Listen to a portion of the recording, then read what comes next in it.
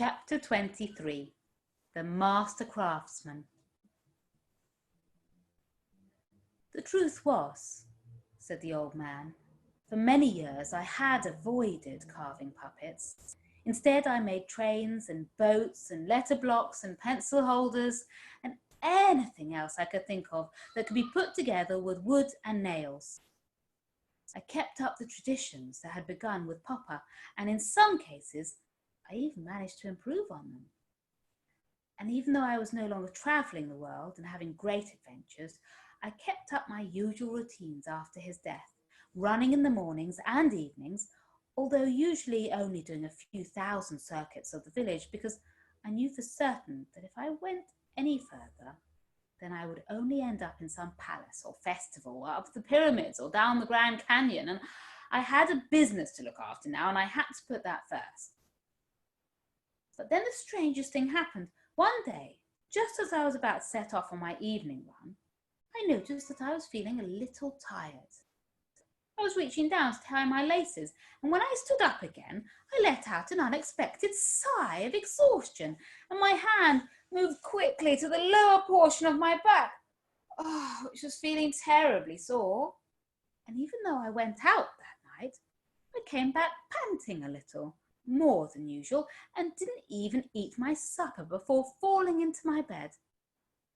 I didn't think too much about it until a few months later, when I found myself starting to groan every morning when Alexander's alarm went off, and wanting to curl back up under the sheets and not do any running at all. And as year followed year, I realised that I had to cut back on my exercise.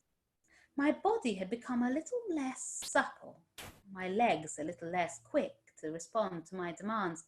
I was not as quick on my feet as I had once been. Small blue veins in my hands began to grow more pronounced. Once, I even came down with a cold.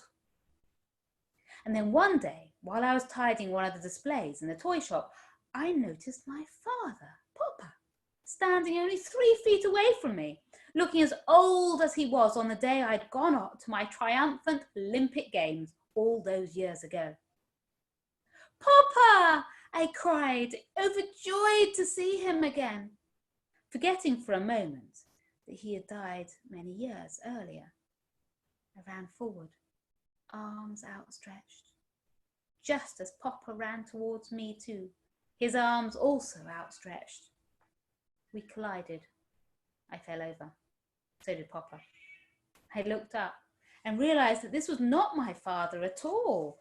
What I had seen was my own reflection in the long wooden framed mirror that had stood for so many years in the corner of the shop. I'm an old man now, I thought. It was at that moment that I realised I had made the wrong decision all those years before, when I had been granted my wish to become a real boy. I should have stayed a puppet. As that idea settled in my head, I felt a curious sensation dissolving into my arms and hands, a feeling that could only be satisfied by taking a hammer and chisel in either fist and sitting down to work.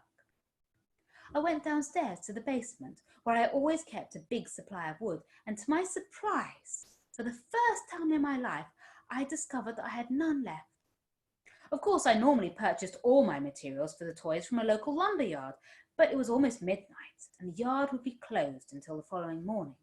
But I had to carve a puppet. I had no choice. I wouldn't be able to sleep if I didn't. I wouldn't be able to breathe.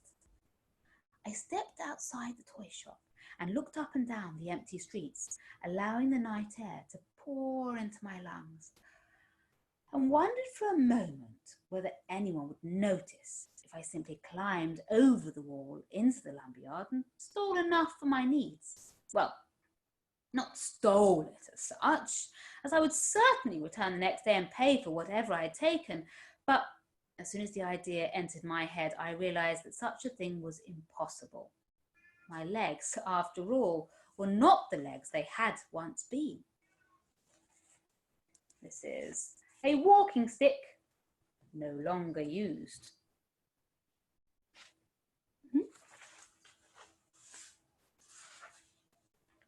I couldn't jump the wall or even climb over it anymore. Even as a young man, I'd only been able to manage silver in the 400-meter hurdles, so it was entirely out of the question now that I was old. The whole thing seemed impossible. Filled with frustration, I turned my attention to the tree that stood before me, and a thick branch caught my eye. Could it be that simple? It was almost as if the branch was calling out to me. "Take me," it was saying. "Come on, snap me off." And so I did.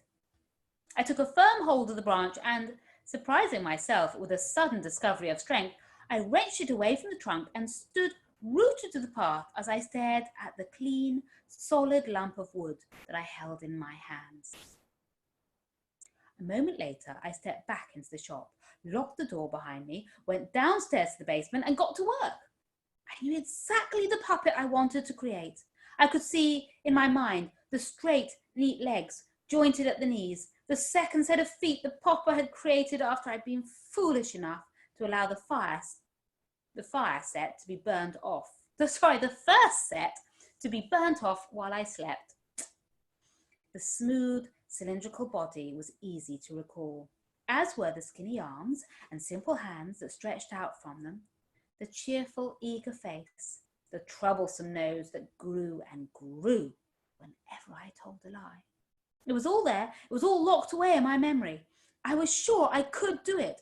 After all, I was a master craftsman and had never attempted a carving that I'd failed to produce. If I do this right, I told myself, as I chipped and chiseled away, if I make him perfect, then maybe, just maybe. And for a long time, it looked as if it might just work. The legs seemed to be the right legs. The body seemed to be the right body. The face seemed to be the right face. But when I finished that first puppet and stepped away from it, I was astonished by what I saw, for it had mysteriously transformed into a fox. A fox I knew well, a fox who had persuaded me many years before to bury my 5 gold coins in the field of miracles, to water them and go away for a few hours so that when I returned, they would have turned into 5,000 gold coins.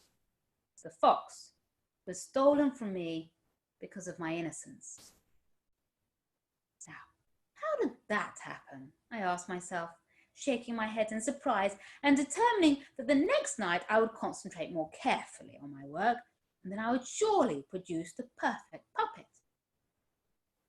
From that evening on, night after night, I set about trying to create a wooden version of my former self.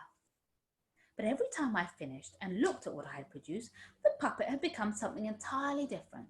A puppet of a station master, perhaps, or a grieving widow, a woman sitting at a desk composing a sonnet to a lover lost at sea, a feather floating in the breeze, a piano in need of tuning, the statue of Zeus at Olympia, Charles Lindbergh setting off in the spirit of St. Louis.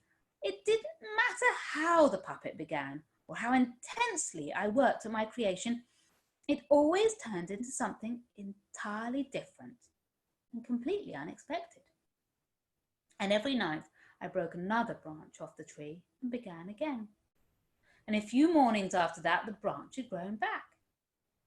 This has been going on for years now. I've decorated the shop with the puppets that my hands have carved out of Papa's tree, and all the time I've been growing older and older, until finally I realized that my quest was hopeless. I made my choice. I became a real boy, and I can never be a puppet again.